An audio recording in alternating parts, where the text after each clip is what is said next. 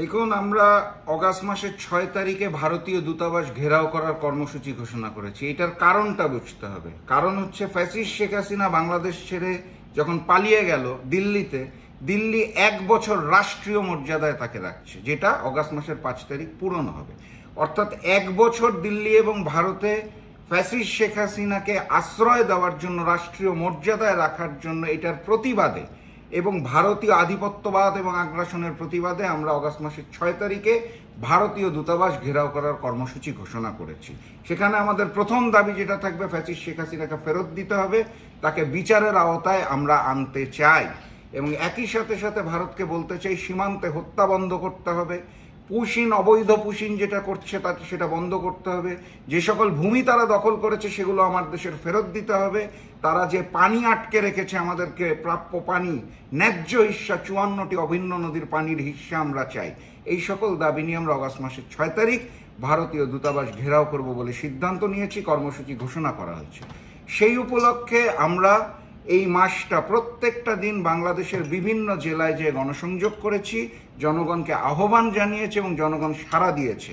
আমরা আশা করছি অগাস্ট মাসের 6 তারিখ সকাল 11টায় মেরুলবাড্ডা কানাডিয়ান বিশ্ববিদ্যালয়ের সামনে থেকে আমাদের যাত্রা শুরু হবে এবং আমরা ভারতীয় দূতাবাস ঘেরাও করব এবং ভারতকে স্পষ্ট ভাষায় জানিয়ে দিব, তোমাদের আধিপত্যবাদ এবং আগ্রাসনকে মেনে নেওয়ার জন্য হাজারো মানুষ রক্ত দেয়নি। অতএব আগ্রাসন বন্ধ করো এবং ফ্যাসিস্ট শেখ হাসিনাকে ফেরত দাও, কারণ তাকে বিচারের আওতায় আমাদেরকে আনতে হবে। আমি দেশবাসীকে আহ্বান জানাই অগাস্ট মাসের 6 তারিখে দলে দলে জাকপার এই ভারত দূতাবাস যে ঘেরাও কর্মসূচি, সেখানে অংশগ্রহণ করার জন্য।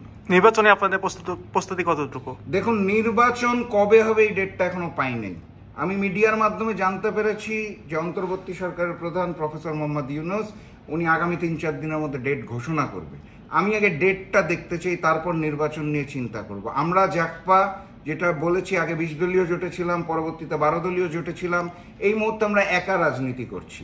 এখন নির্বাচনের তারিখটা পেলে, তফসিল ঘোষণা হলে আমরা সিদ্ধান্ত নিতে পারবো আমরা এককভাবে নির্বাচনে যাব নাকি আমরা কোনো জোটের মাধ্যমে, নির্বাচনী জোটের মাধ্যমে যাব।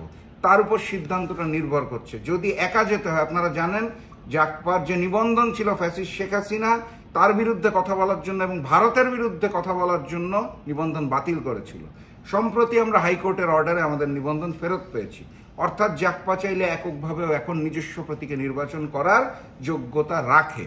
সেক্ষেত্রে যদি নির্বাচনী জোট না হয়, আমরা অনেক বড় দল না, আমরা বলবো না যে আমরা 300 আসনে নির্বাচন করব। আমরা 20টি আসনে নির্বাচন করার ব্যাপারে প্রস্তুতি গ্রহণ করছি যদি এককভাবে আমরা নির্বাচনে যাই। আর যদি কোনো নির্বাচনী জোট হয়, তাহলে জোটের সাথে আলোচনা সাপেক্ষে 20-এর জায়গায় সেটা তখন সেক্ষেত্রে কমে আসতে পারে। এটা এখনই মন্তব্য করা কঠিন, তবে আমাদের প্রস্তুতি আছে।